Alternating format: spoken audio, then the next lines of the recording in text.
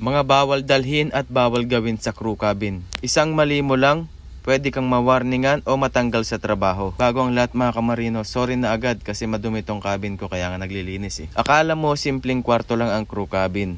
Mag-isip ka ulit, may mga crew na nawarningan na pauwi at mayroon pang natanggal sa trabaho dahil lang sa mga bagay na ginagawa nila sa loob ng cabin. Kung pangarap mong makapasok sa cruise ship, panoorin mo ito hanggang dulo. Isa sa mga pinakamahalagang lugar sa barko ay ang crew cabin.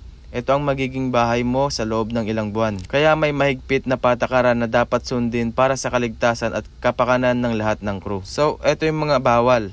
Bawal ang plancha, rice cooker, electric kettle, at iba pang appliances na hindi approved ng kumpanya. Bakit? Dahil maaari itong magdulot ng short circuit o sunog. Dito sa barko, maliit na pagkakamali lang pwedeng maging malaking aksidente. Pangalawa, bawal ang kandila, insenso at anumang may bukas na apoy. Kahit sabihin mong sandali lang, hindi ito pinapayagan dahil sa fire hazard dito. Pangatlo, huwag magdala ng illegal na droga o anumang ipinagbabawal na kontrabando. Hindi lang trabaho ang mawawala, maaari ka ring humarap sa legal na kaso depende sa bansa at kumpanya. Pang-apat, huwag mag-imbak ng maraming pagkain sa cabin. Kapag napabayaan, maaari itong makaakit ng ipis, langgam o iba pang peste. Tandaan, regular na ini-inspeksyon ng mga cabin dito sa cruise ship mga kamarino. Ngayon naman, pag-usapan natin ang mga bawal gawin. Una, wag kang maninigarilyo sa loob ng cabin. Isa ito sa pinakamabigat na paglabag sa karamihan ng cruise ship dahil napakalaki ng panganib ng sunog. Pangalawa, wag magluto sa cabin kung hindi ito pinapayagan ng kumpanya. Hindi ito kusina at ang kaligtasan ng buong barko ang nakataya dito. Pangatlo, wag takpan o pakialaman ng smoke detector. Kapag nahuli ka, maaari kang maharap sa disciplinary action dahil isa itong mahalagang safety equipment. Pang-apat, iwasan ang sobrang ingay.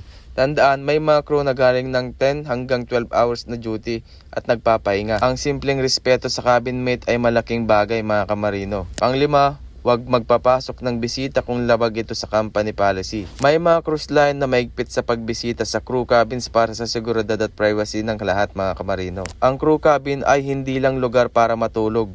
Bahagi ito ng safety culture sa barko. Kapag marunong kang sumunod sa mga patakaran, mas magiging maganang trabaho mo at mas mataas ang tiwala ng kumpanya sa'yo. Kaya kung gusto mong makapasok sa cruise ship at gusto mong mas maraming tips tungkol sa application, interview at totoong buhay sa barko, i-follow mo lang ako mga kamarino. Baka ang susunod na video ay makatulong para matupad ang pangarap mong makasampa at makapagtrabaho dito.